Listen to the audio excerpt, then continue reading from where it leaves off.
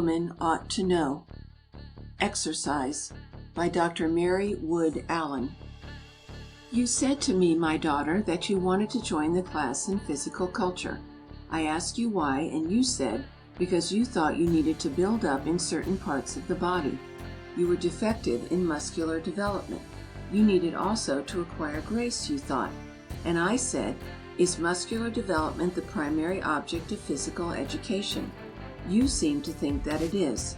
Now I want to talk to you a little along that line and to demonstrate to you, if I can, that physical education is not primarily for the building up of big muscle or for the gaining of power to do great feats of bodily strength or skill.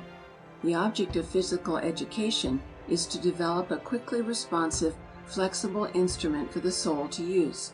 For that is what the body is. Physical culture, rightly conducted, aims to secure the highest condition of the body through the exercises that are required by the laws of the body.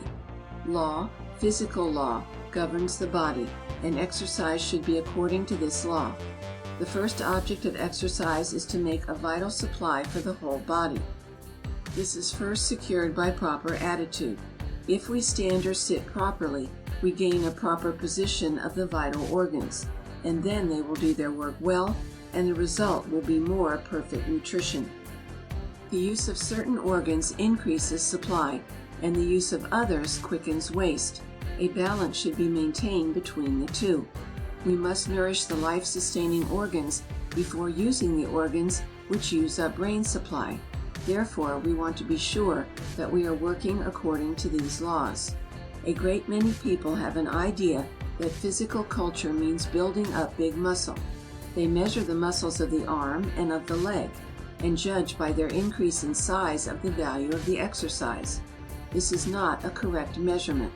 Individuals may weigh themselves down by development of muscles until they have not sufficient internal vital force to carry so much weight. If we could only balance between the organs which supply nutriment and the organs which use it up, we would keep in perfect health. We want to learn how to secure a maximum of results with a minimum of force. That is, we want the body to be quickly responsive, to be flexible, to be so that we can use it for the things we want to do without wasting strength, and yet without being weighed down by a superabundance of muscular tissue. The first desideratum in taking exercise is to have every organ of the body free. Therefore, a gymnastic dress is a necessity. Then we should have the exercise conducted by someone who understands the peculiarities of each individual and knows just what exercises are suited for her in her special physical condition. They should also be directed by one who understands perfectly that the girl with an anemic brain, that is, with the brain having too little blood, cannot be conducted on the same plan as the exercise of the girl who has a superabundance of blood in her brain. The best exercise is that which employs the mind pleasantly. A good deal of exercise may be obtained in housework, and, if conducted with pleasure in the work, may be of great physical advantage. Not long ago I listened to a very charming talk by a lady whose dress betokened her a woman of society. She wore white kid gloves, a dainty flower bonnet, and in herself appeared an exponent of leisure and happiness.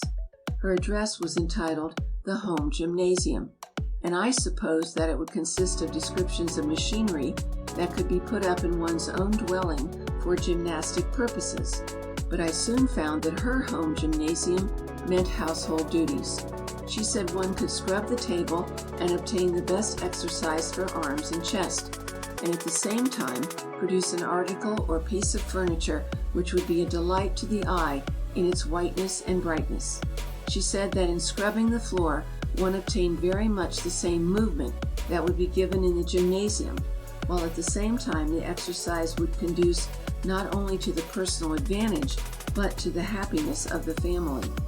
She spoke of sweeping and dusting and bed making, and expressed herself as competent to do all these kinds of work. In fact, as doing them,